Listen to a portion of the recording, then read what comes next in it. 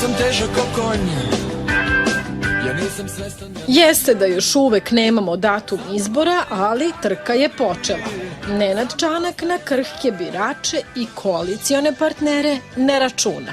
Pa kad bi se dobijali glasovi na osnovu fizičkog izgleda, siguran sam da bi ja bio poslednji u konkurenciji. A ne, gospodine Markoviću, Nenad Čanak baš misli suprotno. On polaže nadu na svoju korpulentnost.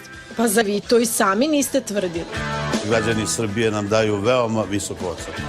A oduvek je glasila ona stara: ko ima stas, ima i glas. Birački, naravno. Srbija ne glasa za lepotu muškaraca. Nekada se i lepota računala. Da su lepi, lepi su. Ali za Čanka nije to ono najgore. Nedostatak kilograma kod ove dvojice je ono što mu smeta. A boga mi, ni glasova nemaju viška.